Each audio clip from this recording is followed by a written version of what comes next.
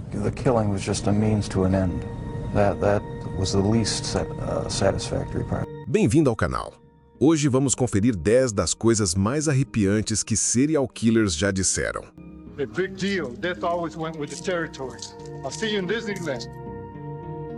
Número 10. Charles Manson. No final dos anos 60, um culto conhecido como a Família começou a operar em São Francisco. Ao longo dos anos, seu líder, Charles Manson, ordenou que seus seguidores ceifassem a vida de inúmeras pessoas. I'm not asking you, I'm telling you. You do exactly what I say. Embora ele tenha sido preso várias vezes durante o período de domínio de seu culto, seus crimes mais graves só ocorreram a partir de 1969. Em uma entrevista à MSNBC, Manson afirmou que não sentiria nada se machucasse o entrevistador. Ele também negou envolvimento em qualquer dos crimes dos quais era acusado. I did not break the law. Jesus Christ told you that 2,000 years ago. E foi nesse momento que ele proferiu uma de suas citações mais perturbadoras. Believe me, if I started murdering people, there'd be none of you left. Em 1972, Manson foi condenado à prisão perpétua. Número 9. Ian Brady. Brady fazia parte de uma dupla que vivia como casal e entre 1963 e 1965 cometeu diversos crimes em Manchester. Segundo sua companheira, foi em 1963 que ele falou pela primeira vez sobre tirar a vida de alguém, e foi nesse mesmo ano que o casal cometeu seu primeiro homicídio. Outwardly a normal couple, they became serial killers. Ao longo do tempo, os dois ceifaram brutalmente a vida de 5 inocentes. Seus crimes levaram finalmente à prisão. When Brady and Hindley were arrested, they said nothing. Diagnosticado como psicopata em 1985, Brady passou o restante de seus dias em um hospital psiquiátrico. Em uma entrevista, afirmou ter mais chances de se comunicar com os mortos do que de aceitar uma entrevista. Número 8. Richard Kuklinski, também conhecido como The Iceman. Ele foi descrito como alguém que ceifava a vida das pessoas por lucro. Seu apelido surgiu depois que ele congelou uma de suas vítimas, numa tentativa de desviar as investigações e dificultar a determinação da hora exata da morte. Kuklinski had frozen the body in an industrial freezer. This was the murder that earned him the name of Iceman. Após seus crimes, Kuklinski concedeu várias entrevistas confessando ter causado a morte de até 200 homens. Approximately we'll go with more than 100. Ele admitiu que o que realmente o atraía era a caçada e o desafio, algo que ele considerava mais importante do que o ato criminoso em si.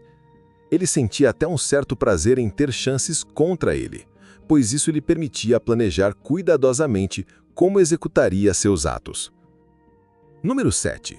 James French. Nascido em 1936 em Illinois, James French tirou a vida de um motorista que lhe pedia carona. De forma surpreendente, French estava determinado a receber uma sentença de morte, pedido que foi negado pelo júri. Condenado à prisão perpétua, ele dividiu sua cela com Ed Lee Shelton. Os dois não se davam bem, e em meio a isso, French acabou tirando a vida de Shelton. Novamente, ele solicitou a pena de morte, afirmando que eliminou Shelton para justificar tal execução. Na cadeira elétrica, suas últimas palavras foram dirigidas aos jornalistas, sugerindo um trocadilho para a manchete de sua morte. Número 6.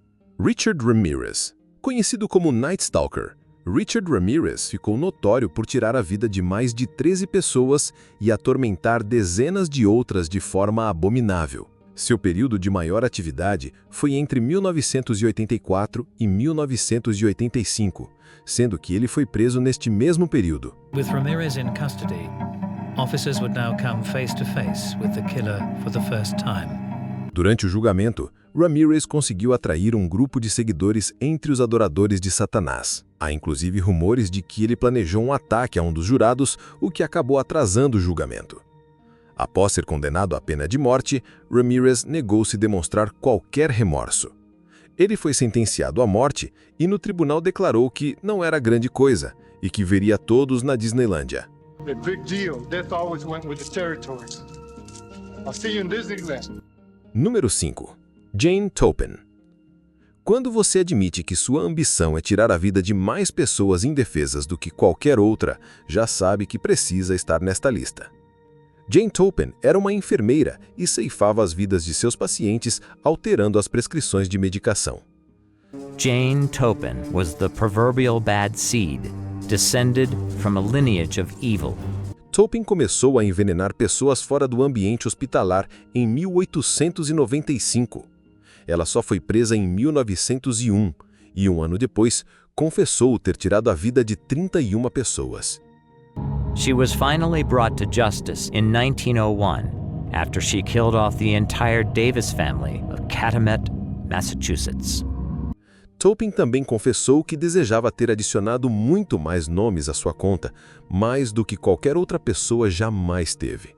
That is my ambition, to have killed more people, more helpless people, than any man or woman who has ever lived.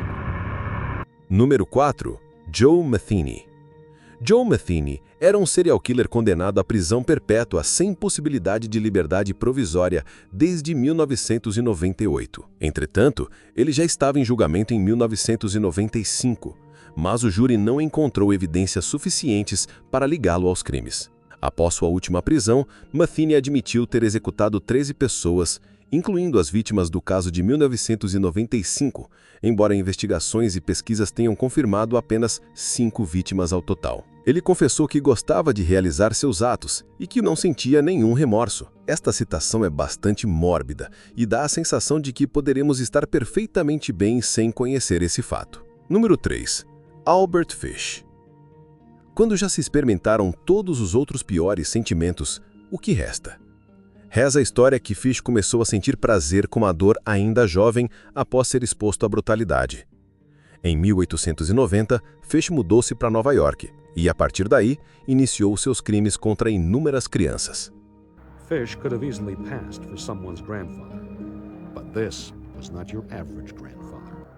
Fish poderia facilmente passar por alguém de aparência familiar, como o avô de alguém, mas ele estava longe de ser o avô comum.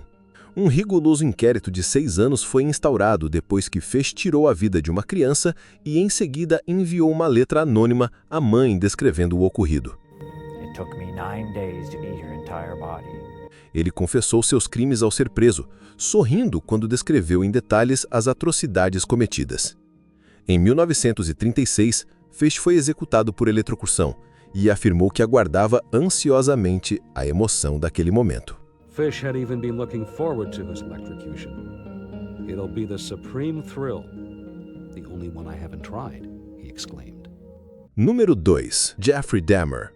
Logo antes do último lugar, temos o serial killer que tirou a vida de 17 homens entre 1978 e 1991. Ultimately, Dahmer wanted a partner he could completely control, dead or alive. Os crimes de Dahmer foram tão hediondos que não podemos descrevê-los em detalhes aqui. Basta dizer que envolviam dissecação e até canibalismo. Até 1991, ele estava ceifando uma vítima por semana e, durante esse período, chegou a ter contato com a polícia, que falhou em realizar as devidas verificações sobre ele. Em sua declaração, Dahmer revelou que matar pessoas não era, por si só, satisfatório. Ele queria controle. The killing was just a means to an end. That was the least satisfactory part.